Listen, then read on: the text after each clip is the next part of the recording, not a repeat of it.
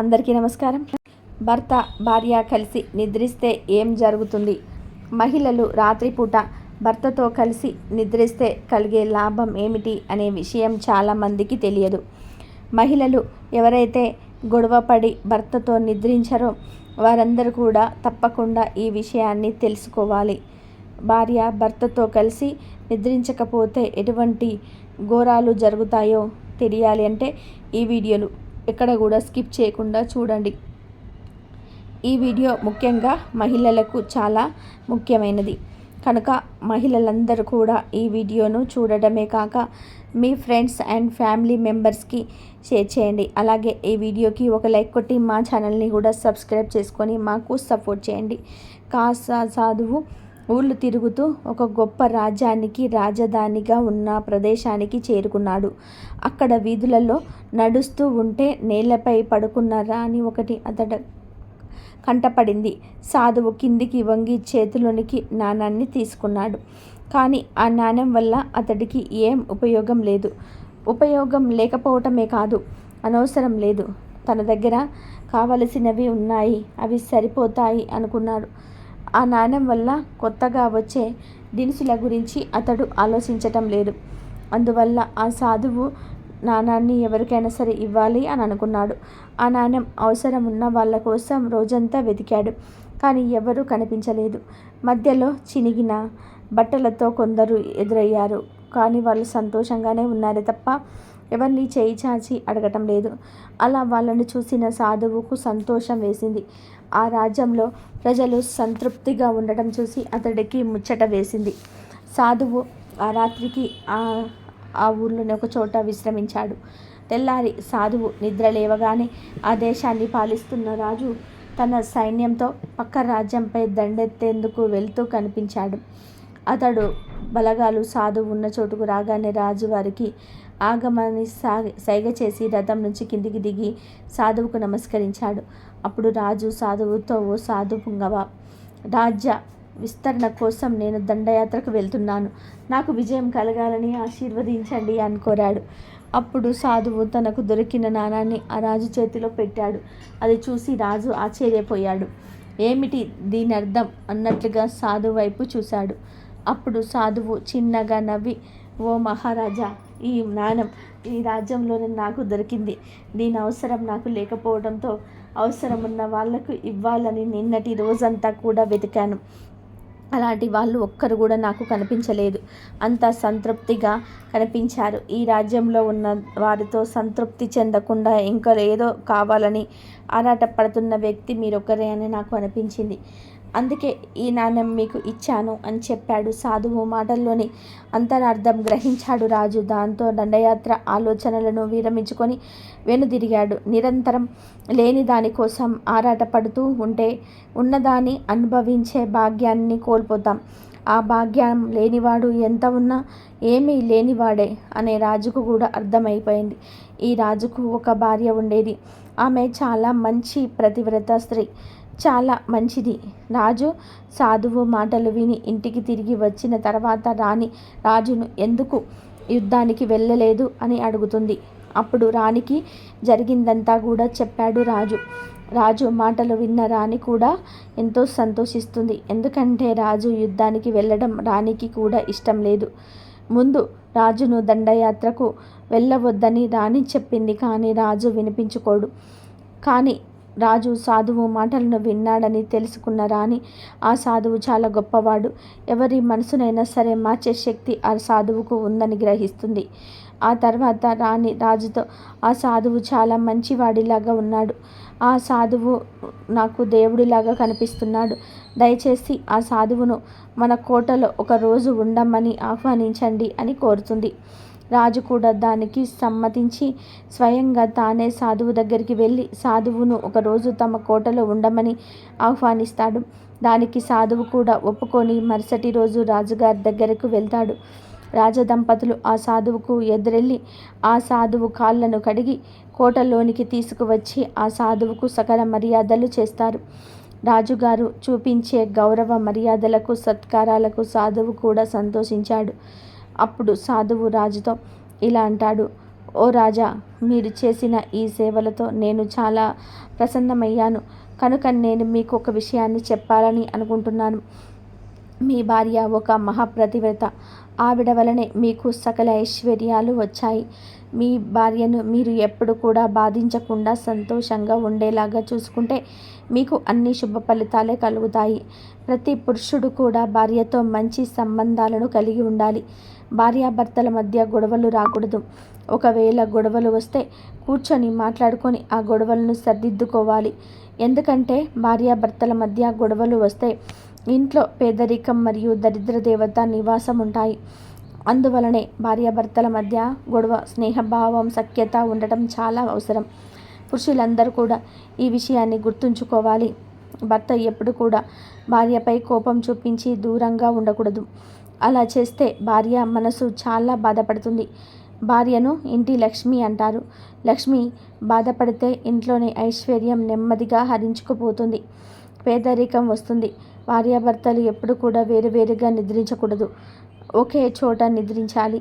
భార్యాభర్తలు ఒకే చోట నిద్రించటం వలన ధనము, వైభవము, ఉన్నతి, లక్ష్మి అనుగ్రహం అనేది పెరుగుతూ వస్తాయి.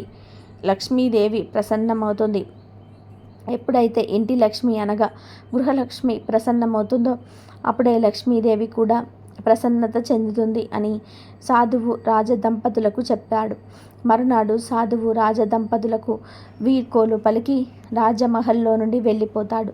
కొన్ని రోజుల తర్వాత రాజుగారికి రాణితో గొడవ జరుగుతుంది. దాంతో రాజు, రాణి ఇద్దరు కూడా విడివిడిగా ఉండడం ప్రారంభిస్తారు. రాజుగారు ఒక గదిలో, రాణిగారు ఇంకొక గదిలో విడివిడిగా నిద్రిస్తారు. కానీ రాణిగారు మాత్రం ప్రతిరోజు రాత్రి రాజుగారిని చూడడం కోసం ఆయన పడుకున్న ఒకసారి గదిలోకి వెళ్తూ ఉంటుంది.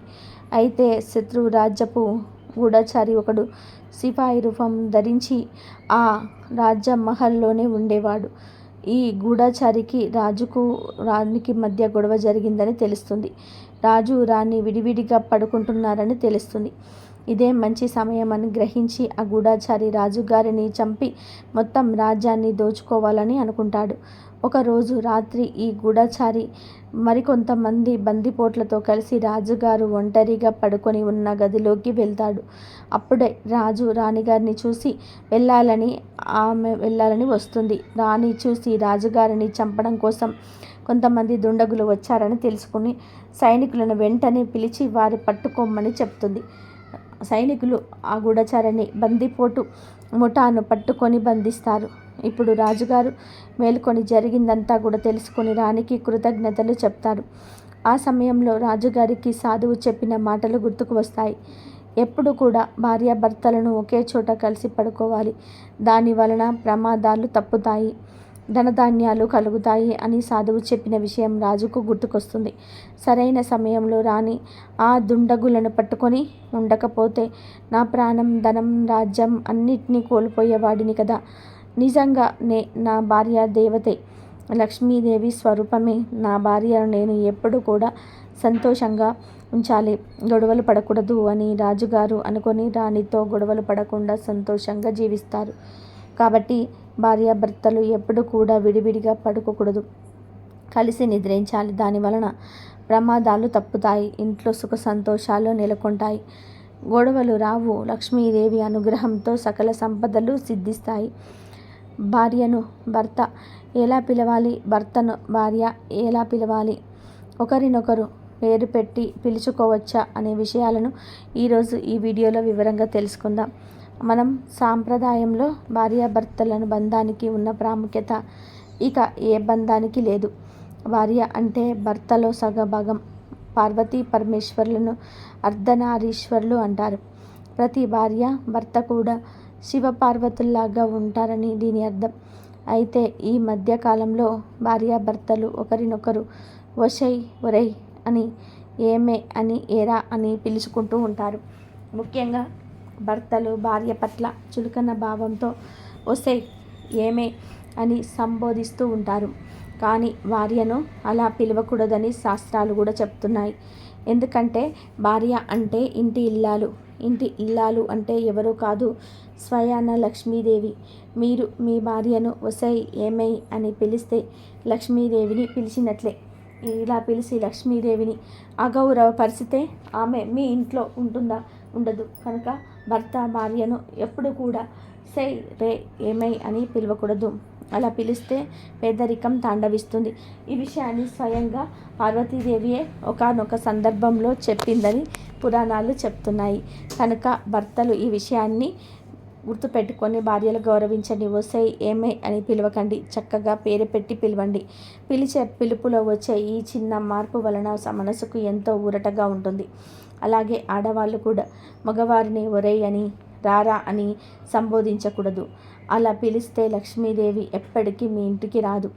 భార్య భర్తను శ్రీవారు అని పిలిస్తే చాలా మంచిది. అంటే ఏజ్ గ్యాప్ ఎక్కువ ఉన్న వాళ్ళైతే భార్య భర్తను శ్రీవారు అని పిలవాలి. సేమ్ ఏజ్ వాళ్ళు పెళ్లి చేసుకుంటే ఆ భార్య భర్తలిద్దరూ ఒకరినొకరు పేరు పెట్టి పిలుచుకున్న తప్పులేదు.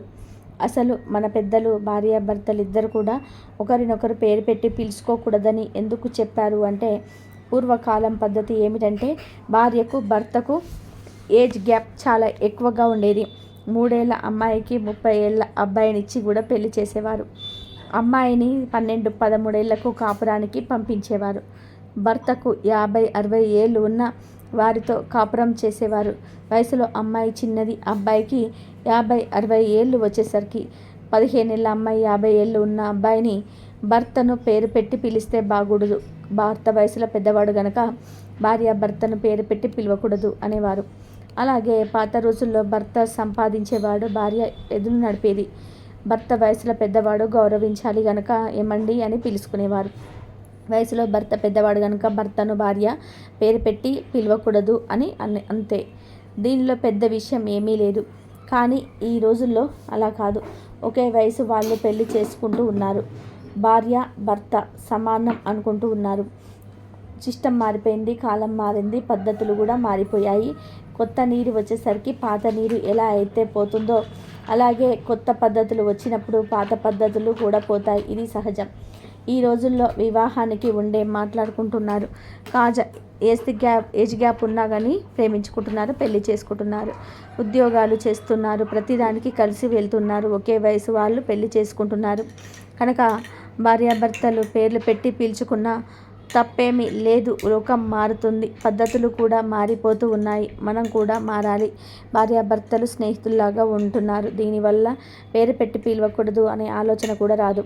కానీ మనసులో గౌరవం మాత్రం ఉంటుంది. పేరు పెట్టి పిలిచినంత మాత్రాన భర్త మీద గౌరవం లేదు అనుకోవడం తప్పే అవుతుంది. భర్తను గౌరవించాలి అంటే అది పిలుపులోనే ఉండదు. భర్త యొక్క విధానాన్ని గౌరవించాలి. అలాగే గౌరవింపబడేలాగా భర్త కూడా ఉండాలి. భర్త మీద భార్యకు నమ్మకం, గౌరవం వాటంతట అవే రావాలి. నా భర్త నాకు తోడుగా ఉన్నాడు, ఈ సంసారాన్ని ముందుకు తీసుకువెళ్తున్నాడు, ఇతనుంటే నాకు ధైర్యంగా ఉంటుంది, ఇతడు నా భరోసా, ఇతడు ఉంటే చాలా, ఇంకేమీ లేదు, పర్వాలేదు అని భార్య కూడా ఫీల్ అయ్యేలాగా భర్త ఉంటే ఆటోమేటిక్గా మర్యాద వచ్చేస్తూ ఉంటుంది. 24 గంటలు భార్యాభర్తలు గొడవలు పడుతూ ఉండి భార్య భర్తను ఏమండి అని పిలిచినంత మాత్రాన గౌరవం రాదు. గౌరవం అనేది పిలిచే పిలుపు వలన కాదు, చేసే పనుల వల్ల వస్తుంది. భర్త భార్య మీద కొంచెం కేర్ తీసుకుంటే ఖచ్చితంగా భార్యకు గౌరవం ఏర్పడుతుంది. భార్యాభర్తలిద్దరు కూడా ఒకరి మీద ఒకరు మమకారాన్ని కలిగి ఉండాలి. ప్రయోజనం లేని మర్యాదతో ఎలాంటి ఉపయోగం ఉండదు. పేరు పెట్టి పిలిచినంత మాత్రాన గౌరవం వచ్చేయదు. భార్యాభర్తల మధ్య ముఖ్యంగా ఉండాల్సింది నమ్మకం, గౌరవం, ప్రేమ, అనురాగాలు. ఇవి ఉంటే చాలు. పాత పద్ధతులన్నీ కూడా పాటించాల్సిన అవసరం కూడా లేదు. పిలుపులకు ప్రాధాన్యత ఇవ్వాల్సిన అవసరం లేదు. కాలం పూర్తిగా మారింది. అందరూ ఫ్రీగా ఉంటున్నారు. కాబట్టి భార్యాభర్తలు ఇద్దరు కూడా ఒకరినొకరు గౌరవించుకోండి. భర్తకు ఇష్టమైతే భార్యలు పేరు పెట్టి పిలవండి. లేదు, భర్తకు ఇష్టం లేకపోతే పేరు పెట్టి పిలవకండి. దీని గురించి పెద్దగా ఆలోచించాల్సిన అవసరం గిట్లా లేదు, ఏమీ లేదు. దంపతులు శివపార్వతుల వలె ఒకరినొకరు అర్థం చేసుకొని నడుచుకుంటే పేరు పెట్టి పిలిచిన సంసారం సుఖంగానే సాగిపోతుంది. భార్యాభర్తలు ఇద్దరు ఒకే ఏజ్ వారైనా లేదా ఏజ్ గ్యాప్ ఉన్న ఒకరు అర్థం చేసుకొని ఒకరి పట్ల ఒకరికి గౌరవాన్ని కలిగి ఉంటే వారి దాంపత్యం ఎప్పుడూ హాయిగానే ఉంటుంది. స్త్రీలు ఏ రోజు గాజులను ధరించటం వలన భర్త ఆయుష్ తగ్గుతుంది. స్త్రీ యొక్క ఏ యొక్క అంగాన్ని తాకటం వలన ఆ వ్యక్తి రాత్రి జీవితం మారి కోటీశ్వరుడుగా మారుతారు అనే ఈ 2 ప్రశ్నలు పార్వతీదేవి మనసులో చెలరేగాయి. ఈ ప్రశ్నలకు సమాధానం తన భర్త అయిన పరమేశ్వరుడే సమాధానం ఇవ్వగలడని తలచి కైలాసానికి బయలుదేరింది. మరి ఆ 2 ప్రశ్నలకు శివుడు పార్వతీదేవికి ఏ సమాధానం చెప్పాడు అనే విషయాన్ని ఈ వీడియోలో తెలుసుకుందాం. కైలాసానికి చేరుకున్న పార్వతీదేవిని చూసి పరమేశ్వరుడు ఇలా అంటాడు, దేవి, నువ్వెందుకు విచారంగా ఉన్నావు? నువ్వు నన్ను ఏమైనా అడగాలని అనుకుంటున్నావా అని అడగగా పార్వతీదేవి పరమేశ్వరుని చూస్తూ ఇలా అంటుంది, ప్రభు, నా మనసులో 2 ప్రశ్నలు తలెత్తాయి. వాటికి సమాధానం నువ్వే నాకు చెప్పాలి. అప్పుడు పరమేశ్వరుడు, నీ మనసులో తలెత్తుతున్న ఆ ప్రశ్నలు ఏమిటో నాకు చెప్పు, వాటికి తగిన సమాధానం నీకు చెప్తాను అంటాడు. అప్పుడు పార్వతీదేవి పరమేశ్వరుని ఇలా అడుగుతుంది, ప్రభు, నా మొదటి ప్రశ్న ఏమిటి అంటే, స్త్రీలు ఏ రోజున గాజులు ధరించటం వలన భర్త ఆయుష్ తగ్గుతుంది? రెండవ ప్రశ్న, స్త్రీ యొక్క ఏ ప్రదేశాన్ని తాకటం వలన రాత్రికి రాత్రే ఆ వ్యక్తి యొక్క తలరాత మారుతుంది? ఈ 2 ప్రశ్నలకు సమాధానం చెప్పండి స్వామి అని పార్వతీదేవి అడగగా శివుడు ఇలా అంటాడు, దేవి, నువ్వు అడిగిన ఈ 2 ప్రశ్నలు జీవితంలో ఎప్పటికైనా ఉపయోగపడతాయి కాబట్టి నేను చెప్పేది శ్రద్ధగా విను అని అంటాడు. దానికి పార్వతీదేవి, మీరు చెప్పే జవాబులు నేను హృదయపూర్వకంగా వింటాను, మీరు ప్రారంభించమని అంటుంది. దానికి శివుడు, ఈ ప్రశ్నలకు నేను సమాధానం కావాలి అంటే ముందు నీవు ఒక కథ వినాలి. ఈ కథలో నీకు నీ 2 ప్రశ్నలకు సమాధానం దొరుకుతుంది అని శివుడు చెప్పి కథ చెప్పడం ప్రారంభించాడు. మీరు కూడా ఈ కథను శ్రద్ధగా వినండి. ఒక నగరంలో ఒక ధనవంతుడు తన కుటుంబంతో పాటు నివసిస్తూ ఉండేవాడు. ఆ ధనవంతుడు దగ్గర చాలా ధనం ఉండేది. తిండికి డబ్బుకు ఎలాంటి లోటు లేకుండా జీవిస్తూ ఉన్నాడు. ఆ ధనవంతుడికి 3 కొడుకులు ఉన్నారు. ఆ 3 కొడుకులకు పెళ్ళిళ్ళయ్యాయి. ఆ 3 కోడళ్ళు తమ అత్తగారిని, మామగారిని, వారి భర్తలను చాలా బాగా చూసుకుంటూ ఉన్నారు. వారికి చక్కగా సేవ చేస్తూ ఉండేవారు. వారి ఇల్లు ఎప్పుడు కలకలలాడుతూ ఉండేది. కానీ ఆ ధనవంతుడి పెద్ద కొడుకు మాత్రం అంత మంచివాడు కాదు, దుష్ట స్వభావి కలిగినవాడు. అతను తన తల్లిదండ్రులతో ఎప్పుడూ కూడా గొడవ పడుతూ ఉండేవాడు. అందువల్ల పెద్ద కొడుక్కి ఎక్కువగా ఆస్తి ఇవ్వలేదు.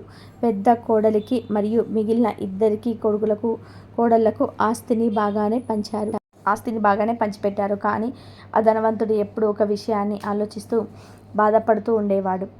ఆ ధనవంతుడు ఎలా అనుకుంటూ ఉండేవాడు, నాకు చాలా ఆస్తి ఉంది, దేనికి లోటు లేదు, అంతా బాగానే ఉంది, కానీ నాకు కూతురు లేదు. నాకు ఒక కూతురు ఉంటే నాకు వచ్చిన కష్టాలను, నాకు కలిగిన ఆనందాన్ని నా కూతురుతో చెప్పుకునేవాడిని. ఆ భగవంతుడు నాకు ఒక కూతుర్ని ఎందుకు ప్రసాదించలేడు అని అనుకుంటూ బాధపడుతూ ఉండేవాడు. ప్రతిరోజు గుడికి వెళ్ళి తన బాధను ఆ భగవంతుడికి చెప్పుకునేవాడు. అలాగే తనకు ఆడపిల్ల సంతానాన్ని ఇవ్వలేదని భగవంతుడిని అడిగేవాడు. ఇలా కొద్ది రోజులు సాగుతూ ఉండగా ఒకరోజు ఎప్పట్లాగానే ఆ ధనవంతుడు గుడికి వెళ్ళి భగవంతుని దర్శించుకొని గుడి నుండి బయటికి వస్తూ ఉండగా ఒక వ్యాపారి ఎదురుపడి ఇలా అడిగాడు, ఏమి, మీరు గుడికి వచ్చి కూడా ఇంతగా దిగులుగా ఉన్నారు, ఏమైనా సమస్య అని అడగగా ఆ ధనవంతుడు ఇలా చెప్తాడు, ఏం చెప్పమంటారు నా బాధను? భగవంతుడు నాకు అన్నీ ఇచ్చాడు, కానీ కూతుర్ని ఇవ్వలేదు. నాకు ఒక కూతురు ఉంటే నేను ఆమెతో నా కష్టాలను, సుఖాలను చెప్పుకునేవాడిని అని అంటాడు. దానికి ఆ వ్యాపారి ఇలా అంటాడు, ఓస్, అంతేనా? చూడు, నీకు కూతురు లేదని బాధపడుతున్నావు, కానీ నువ్వు పూజించే దేవత కూడా ఒక స్త్రీయే కదా. నీవు పూజించే రాధాదేవినే నీ కూతురిగా భావించు, ఆమెతో నీ కష్టాల సుఖాలను పంచుకో, ఆనందంగా జీవించు అని వ్యాపారి చెప్పగా ఆ ధనవంతుడు ఆ వ్యాపారితో సంతోషంగా ఇలా అంటాడు, ఎంత మంచి సలహా ఇచ్చావు, ఉండు, నేను ఇప్పుడే రాధాదేవి యొక్క చిత్రపటాన్ని కొనుక్కొని ఇంటికి తీసుకువెళ్తాను, ఉంటాను అని చెప్పి ఆ ధనవంతుడు రాధాదేవితో చిత్రపటాన్ని కొని ఇంటికి పెడతాడు. చూడు పార్వతీదేవి, ఆ ధనవంతుడు రాధాదేవిని ఇప్పుడు తన కూతురిగా భావించి ఇంటికి తీసుకొని వచ్చాడు. రాధాదేవి చిత్రపటం తెచ్చినప్పటి నుండి ఆ ధనవంతుని జీవితం మారిపోయింది. ప్రతిరోజు ఆ ధనవంతుడు రాధాదేవి పటానికి ఆహారం పెట్టి ఆ తర్వాత తాను తినేవాడు. బయటకు వెళ్ళినప్పుడు కూడా రాధాదేవి పటాన్ని తాకి వెళ్ళి వస్తాను అని చెప్పి వెళ్ళి పని చేసుకునేవాడు. మళ్ళీ సాయంత్రం తిరిగి వచ్చి రాధాదేవి పటం ముందు ఆహారం పెట్టి తాను తినేవాడు. ప్రతిరోజు ఆ పటం ముందు కూర్చొని ముచ్చట్లు పెట్టేవాడు. ఎవరైనా కొత్త వ్యక్తులు ఇంటికి వస్తే వారికి ఇలా చెప్పేవాడు, నాకు 3 కొడుకులు, 3 కోడళ్ళు, 1 కూతురు, ఆమె పేరు రాధా అని. ఇలా కొన్ని రోజులు గడుస్తూ ఉండగా ఒకరోజు ఆ ధనవంతుడి ఇంటికి గాజులు అమ్ముకునే ఒక అమ్మాయి వచ్చింది. అయితే పార్వతీదేవి ఆ అమ్మాయి వచ్చిన రోజు అంత మంచి రోజు కాదు. ఆ రోజున గాజులు కొనడం అంత మంచిది కాదు. ఈ విషయం గుర్తించిన రాధాదేవి తన మాయాజాలంతో రంగురంగులుగా ఉన్న గాజులను నల్ల గాజులుగా మార్చేసింది. గాజులను కొనాలని వచ్చిన 3 కోడళ్ళు ఈ విషయం గుర్తించిన రాధాదేవి తన మాయాజాలంతో రంగురంగులుగా ఉన్న గాజులను నల్ల గాజులుగా మార్చేసింది. గాజులను కొనాలని వచ్చిన 3 కోడళ్ళు ఆ గాజులను చూసి నచ్చలేదని చెప్పి ఆవిడను వెళ్ళిపోమని చెప్పారు. గాజులు అమ్ముకునే ఆవిడ దిగులుగా ఇంటికి వెళ్ళిపోయింది. 2 రోజులు అయిన తర్వాత ఆ గాజులు మళ్ళా మామూలు రంగులోకి వచ్చాయి. ఆ గాజులు అనుకునే ఆవిడ మళ్ళీ ఆ ధనవంతుడి ఇంటికి వచ్చింది. ఈసారి గాజులు చూడముచ్చటగా, అందంగా, ఆకర్షణీయంగా ఉన్నాయి. 3 కోడళ్ళు వచ్చి గాజులు వేయించుకున్నారు. ఆ తర్వాత రాధాదేవి కూడా గాజులు వేయించుకుంది. రాధాదేవి అందాన్ని చూసి ఆశ్చర్యపోయింది గాజులు అమ్ముకునే ఆవిడ. నేను చాలా సంవత్సరాల నుండి ఈ ఇంటికి గాజులు అమ్మడానికి వస్తున్నా, కానీ ఈమె నాకు ఎప్పుడు కనిపించలేదు. అసలు ఎవరు ఈవిడ? బహుశా వీరి చుట్టాలేమో అని అనుకున్నది. కొంచెం సమయం అయిపోయిన తర్వాత గాజులు అమ్ముకునే ఆవిడ ధనవంతుడి దగ్గరికి వెళ్ళి డబ్బు అడిగింది. దానికి ఆ ధనవంతుడు 3 కోడళ్ళు తీసుకున్న గాజులకు ధనం చెల్లించాడు. ఆ డబ్బు చూసి గాజులు అమ్ముకునే ఆవిడ ఇలా అంది, చూడండి, నేను మొత్తం 4కి గాజులు వేశాను. మీరు 3కి మాత్రమే గాజుల డబ్బులు ఇచ్చారు. ఇంకొకరికి గాజులకు డబ్బులు ఇవ్వలేదు అని అంది. దానికి ఆ ధనవంతుడు, మా ఇంటిలో 3 కోడళ్ళు ఉన్నారు, అంతే కదా, మరి నువ్వు 4కి ఎలా గాజులు వేస్తావు అని అడుగుతాడు. దానికి ఆవిడ, మీ ఇంట్లో ఒక అందమైన అమ్మాయి మా చేతులతో గాజులు వేయించుకుంది, నాకు డబ్బులను ఇవ్వండి అని అంటుంది. దానికి ఆ ధనవంతుడు, నేను ఇంటికి వెళ్ళి అసలు విషయం తెలుసుకొని నీకు రేపు డబ్బులు ఇస్తాను, ప్రస్తుతానికి మీరు ఇంటికి వెళ్ళండి అని ధనవంతుడు గాజులమ్మ ఆవిడతో చెప్తాడు. ఇక ఆ ధనవంతుడు ఆ విషయం మర్చిపోయి ఎప్పటిలాగే ఇంటికి వచ్చి రాధాదేవి పటం వద్ద ఆహారం పెట్టి తాను తిని నిద్రపోతాడు. అతని కళ్ళల్లో రాధాదేవి చింతిస్తూ కనిపించింది. రాధాదేవి బాధగా ఉండడం చూసి ఆ ధనవంతుడు ఏడవడం మొదలుపెట్టాడు. ఏమైంది తల్లి, నువ్వు ఎందుకు బాధపడుతున్నావు అని రాధాదేవిని అడగగా ఆమె ఇలా అంటుంది, మీరు నన్ను కూతురుగా భావించటం లేదు, ఇక నేను మీ ఇంటిలో ఉండను, నన్ను వదిలివేయండి అని చెప్తుంది. దానికి ఆ ధనవంతుడు మరింత దుఃఖంతో, ఎందుకు తల్లి, ఏమైందని అడుగుతాడు. దానికి రాధాదేవి, నేను ఈరోజు గాజులమ్మాయితో గాజులు వేయించుకున్నా, నువ్వు ఆమెకు డబ్బులు ఎందుకని ఇవ్వలేదు, నీ దృష్టిలో నేను లేను, అందుకనే నువ్వు వేయించుకున్న గాజులకు ఆమెకు డబ్బులు ఇవ్వలేదు అని చెప్పింది. దానికి ఆ ధనవంతుడు, నన్ను క్షమించు తల్లి అని బాగా ఏడ్చుకుంటూ నిద్రలోనే ఏడుస్తూ కొంచెం సమయం తర్వాత నిద్రలో నుంచి లేచి త్వరగా డబ్బుల సంచి తీసుకొని గాజులు అమ్మే అమ్మాయి ఇంటికి వెళ్ళి ఇలా అంటాడు, అమ్మ, ఇదిగో ఈ డబ్బులు, నీ చాలా అదృష్టవంతురాలివి తల్లి, నువ్వు స్వయంగా నీ చేతులతో రాధాదేవికి గాజులు వేశావు అన్నాడు. ఆ మాట వినగానే ఆ గాజులు అమ్మే గుండెలో బండరాలు పడినంత అయింది. ఆవిడ ఇలా అంది, అయ్యా, నాకు ఈ డబ్బులు వద్దు, ఈ జన్మకు నాకు ఈ భాగ్యం చాలు అంది. ఇక చేసేదేమీ లేక ఆ ధనవంతుడు ఆ డబ్బులను ఆమె ఇంట్లోనే పెట్టేసి గుడికి వెళ్ళి అక్కడే జీవనం సాగించాడు. నిత్యం అమ్మవారి సన్నిధిలో సేవ చేస్తున్నాడు. ధనవంతుడి కళ్ళల్లో కనిపించిన రాధాదేవి ఆ తర్వాత ఆ ధనవంతుని పెద్ద కొడుకు కళ్ళలో కనిపించి ఇలా అంటుంది, నీవు నీ తల్లి కాళ్ళను ఇప్పటి వరకు ముట్టుకోలేదు, అందుకే నీవు ఈ దౌర్భాగ్యాన్ని అనుభవిస్తున్నావు. నీవు ప్రతిరోజు బయటకు వెళ్ళేటప్పుడు నీ తల్లి కాళ్ళను తాకి వెళ్ళు, అంతా శుభమే జరుగుతుంది. ఈ మాట చెప్పి అదృశ్యమైపోయింది. ఇక అప్పటి నుంచి ధనవంతుడు పెద్ద కొడుకు ప్రతిరోజు తన తల్లి కాళ్ళను తాకి బయటకు వెళ్తున్నాడు. కొద్ది రోజులకి తన జీవితం మారిపోయింది. తను అందరికన్నా గొప్ప ధనవంతుడిగా మారిపోయాడు.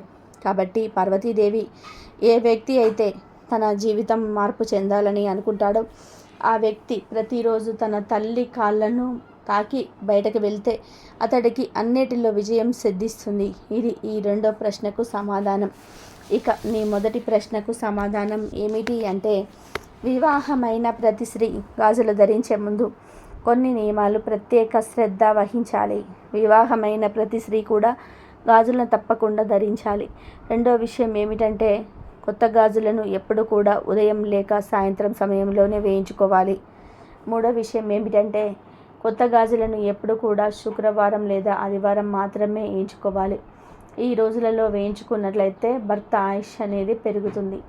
నాలుగో విషయం ఏమిటంటే, మంగళవారం కానీ శనివారం కానీ గాజులను కొనకూడదు, ధరించకూడదు. దానివల్ల భర్త ఆయుష్ అనేది తగ్గిపోతుంది. అప్పుడు శివుడు పార్వతీదేవి, నువ్వు అడిగిన 2 ప్రశ్నలకు నేను సమాధానాలు చెప్పాను అని అంటాడు. ఇక మన జీవితంలో ఆచరించి మనం కూడా సకల సౌభాగ్యాలతో వర్ధిల్లుతాం.